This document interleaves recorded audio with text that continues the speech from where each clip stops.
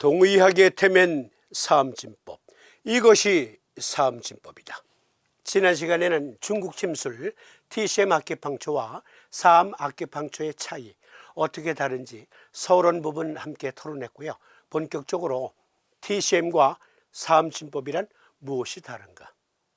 지난 시간에는요, 두산백과를 인용해서 사음진법의 독특한 보사법, 브라브라브라브라 어려운 내용들을 읽어드렸는데요. 사음진법은 TCM과 보사법이 다르다. 수많은 사음진 논문들은 사음진법의 독창적인 보사법을 사음진법의 장점으로 꼽고 있거든요. 광의적인 의미에서 보사, 허증을 치료하는 수법을 보법이라 하고 실증을 치료하는 수법을 사법이라 한다. 도움말 한약대사전. 황제내경 초기 버전 보사법은요, 어떤 사람이 몸이 허해요. 또 어떤 사람의 병을 보았을 때 이것은 허증 때문에 생긴 병이다 할 때는 침을 마치 모기가 따끔 물듯이 놓아라. 그리고 어떤 사람은 병이 매우 실한 병이래요. 실증에 속한 병이래요. 또는 그 사람의 체격이 장대해요. 그런 사람이 어떤 병에 걸렸어요. 그럴 땐 비유컨대 말벌이 쏜 것과 같이, 벌이 쏜 것과 같이 강자극을 준다. 허증엔 약자극, 실증엔 강자극, 이게 내경의 초기 버전이에요. 그리고 그 후로 침술 보사법은 다양한 수기법으로 발전해 왔어요. 그것은 오늘 다 토론하지 않습니다. 원칙만 우리 함께 토론해 보자고요. 황제내경 소문 제20편 3부 9후론에는 인체를 상초, 중초, 하초로 나눈 다음 각각은 3개의 진단처가 있다. 합해서 9개의 진단처가 있다. 그 진단처를 통해서 몸의 병증을 확인하는 그러한 내용들이 3부 9후론의 주요 내용이거든요. 3부 9후 진단의 목적, 이결사생, 즉 환자의 병이 죽을 병인지 살 병인지 그것부터 판단한 다음 이처백병이라, 백병에 대처하여 이조허실, 허실의 변조를 바로잡아 이제사질, 질병을 일으키는 사기를 제거하기 위해서 맥진이 필요하다라고 강조한 다음에 황제가 묻습니다. 그 3부 9후를 살펴서 어떻게 합니까? 하니까 기백이 말합니다. 필, 선도, 기형, 지, 비수, 즉 먼저 환자의 비만, 수척 여부를 고려하여 이조, 기, 지, 허실, 기의 허실을 조화시켜야 하는데 실즉 사, 실하면 사해야 하며 허즉 보, 허하면 보해야 합니다. 그런데 여기에서 사음진법의 핵심 원리 중에 하나인 경맥보사법이 등장합니다. 황제가 다시 묻습니다. 그렇게 살핀 다음 치료는 어떻게 하오? 하니까 기백이 말하기를 경맥이 손상된 사람은 그 경맥의 허실을 보사하여 치료합니다. 즉 경맥보사법이라는 말이 처음 등장해요. 그러면 여기에서 경맥이 손상된 것은 무엇이며 그 경맥의 허실이란 무엇이며 그 경맥의 보사는 어떻게 하는가, 이게 중요하지 않겠습니까?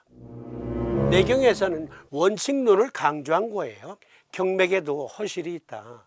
그 경맥의 허실 때문에 수많은 병증이 발생하는데 만약에 어떠한 경맥의 허증이라고 판단될 땐 보법을 써야 하고 실증이라고 판단했을 땐 사법을 써라. 그런데요, 사암도인만, 내경 이후 오직 사암도인 황일학 선생만 깨달아 경맥보사법 사암 음양오행침법을 발명합니다. 경맥이 손상된 사람은 그 경맥의 허실을 보사하여 치료하옵니다. 기백이 말했는데 여기 백가쟁명이라는 말, 1. 많은 학자, 문인 등 지식층의 활발한 논쟁, 2. 여러 사람이 서로 자기 주장을 내세움. 중의학의 어떠한 학자도 이것의 진정한 의미로서의 의과학적인 경맥의 허실증 아무도 설명 못했어요. 백가쟁명식이에요. 여러분들이 구글 검색이나 네이버 등등 검색해서 확인해 보세요. 경맥의 허실이란 무엇인가? 브라브라브라브라 수많은 설명들이 있어요. 또 어떤 경우엔 논문들도 검색돼요. 그런데 다 백과쟁명식이에요. 매뉴얼이 없어요. 12경맥 각각의 허실증이란 무엇인가? 매뉴얼적인 설명은 없다니까요. 의과학적인 설명은 없어요.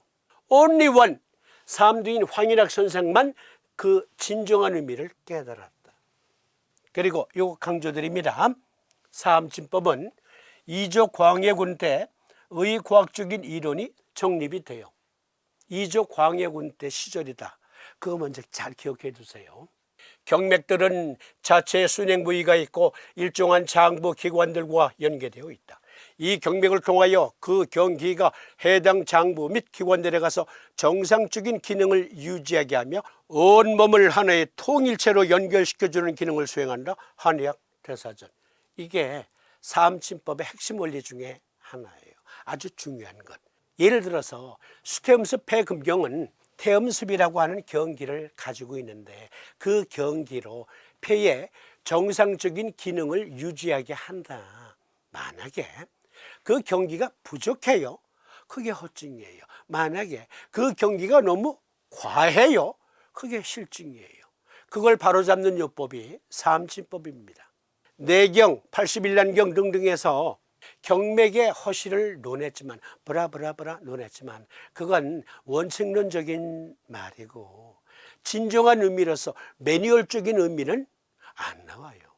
매뉴얼적으로 의과학적으로 해설하는 사암도인 황인학 선생. 그런데요, 그것은 오행의 상생상극작용으로 맞물려 돌아가면서 인체의 항상성을 유지시켜줍니다. 즉 무슨 말씀이냐면 우리가 사암침으로 참견하지 않아도 우리가 자석으로 참견하지 않아도 12경 정경맥은 각각의 기운으로 인체의 항상성 유지력, 생명력의 조화를 이루어 나가는데 그것은 상호 상생상극작용으로 생명력의 메커니즘 현상이 조화롭게 구현된다.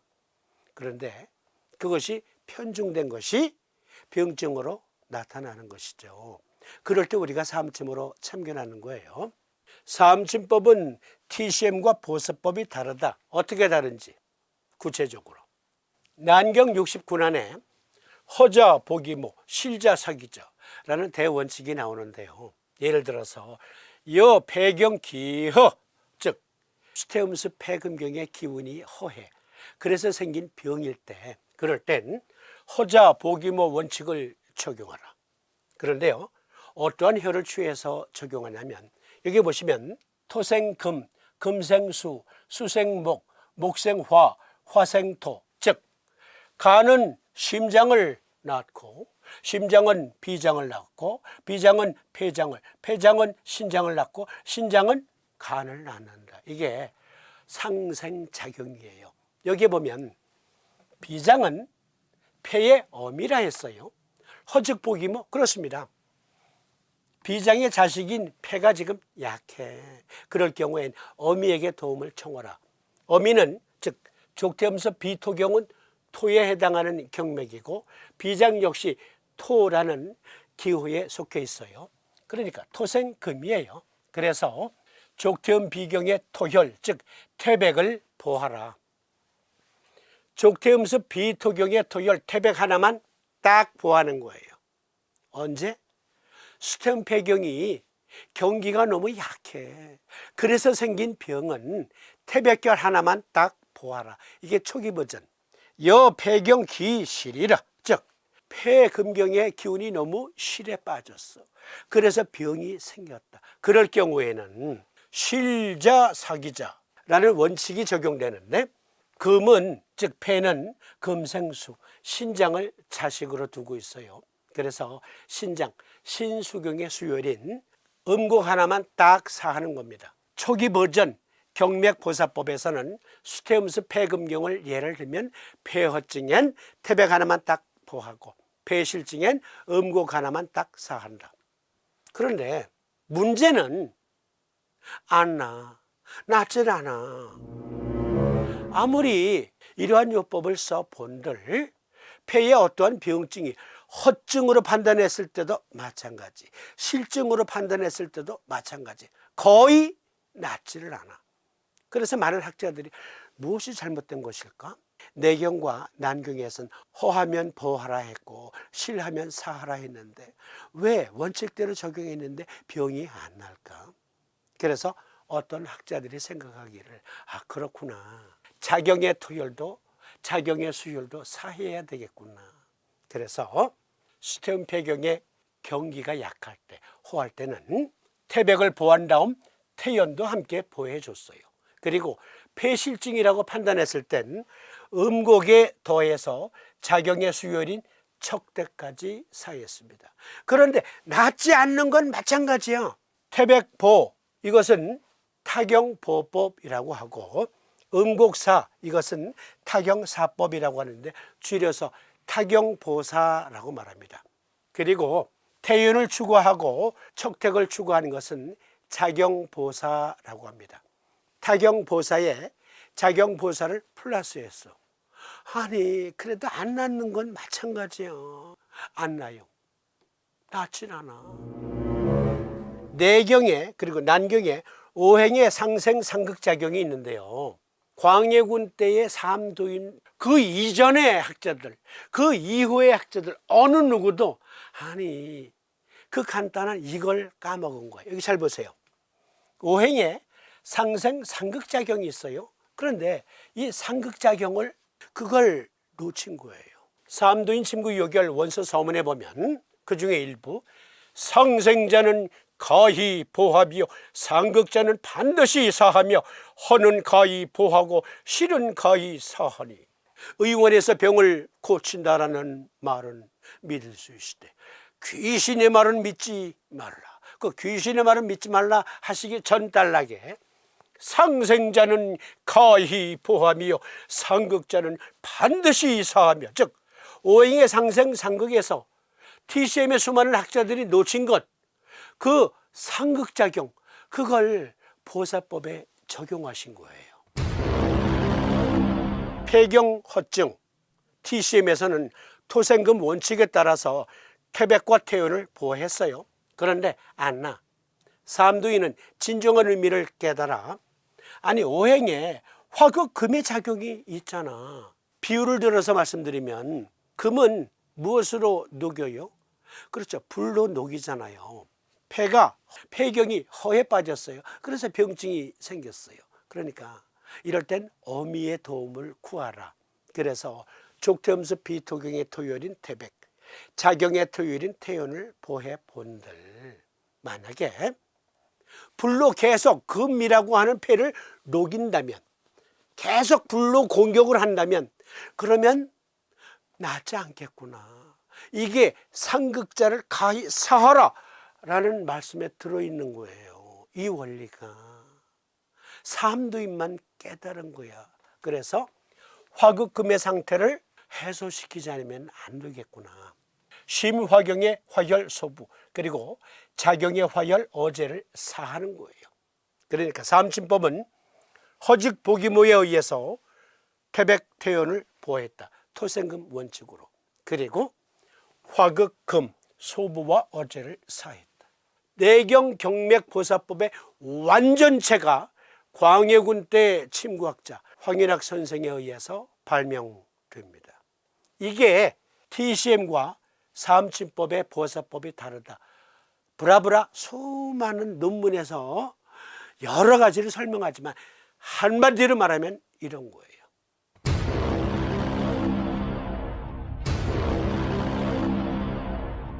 그러면 오늘 주제 TCM과 삼침법은 어떻게 다른가?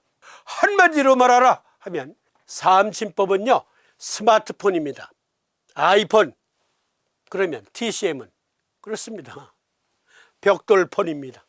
삼침법은 보사법이 다르다. 그것도 강점이지만 그것도 삼두인 황인학 선생이 발명한 것이지만 그러나 삼침법은 한마디로 스마트폰이 옳시다. TCM은 벽돌폰. 보다 구체적인 내용은 이어지는 시간에.